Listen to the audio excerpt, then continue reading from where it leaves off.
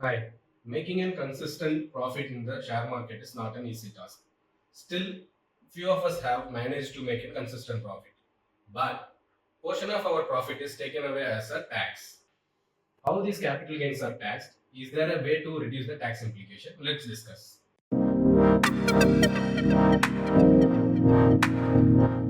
The profits we make by selling the shares in the share market is called as capital gains.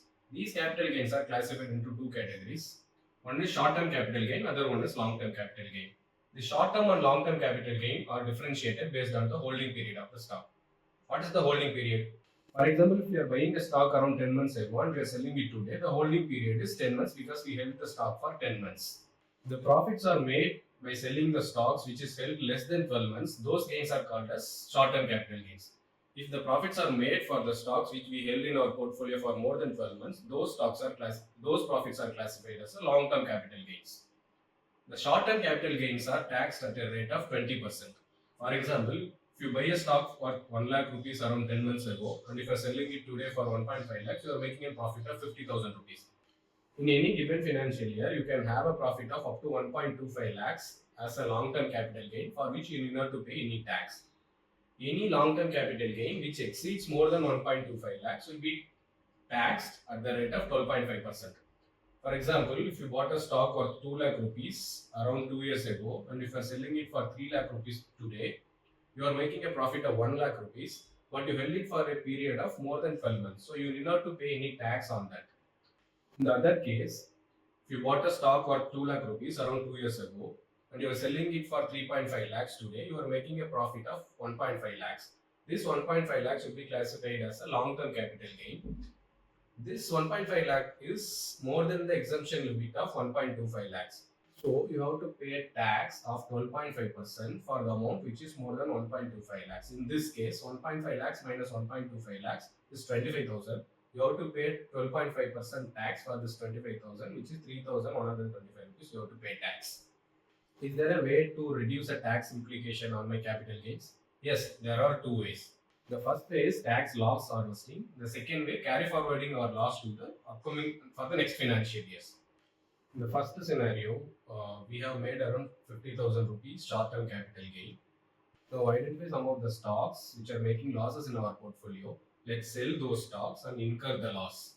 Now this loss can be offset against the profit we made it.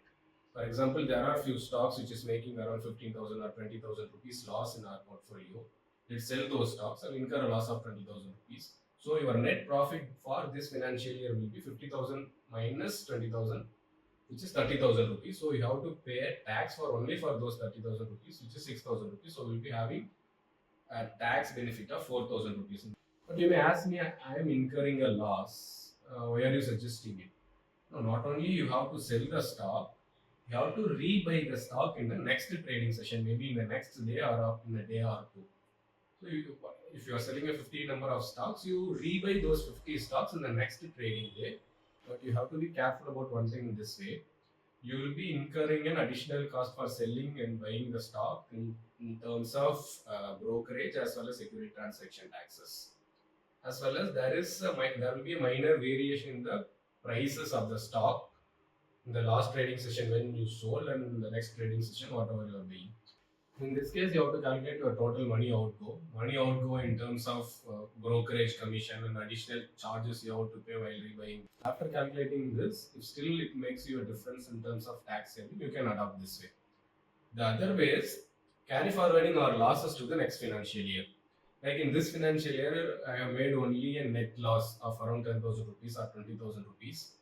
We cannot offset this against any of our profit.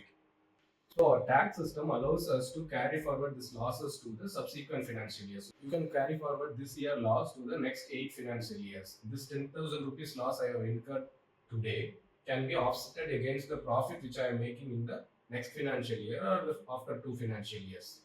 There is an option of carry forwarding the losses to the next financial year while filing an income tax return. That you consult with your tax professional and take a call accordingly. The capital gains on mutual funds are calculated differently. I will cover a separate video on taxation of mutual fund capital gains.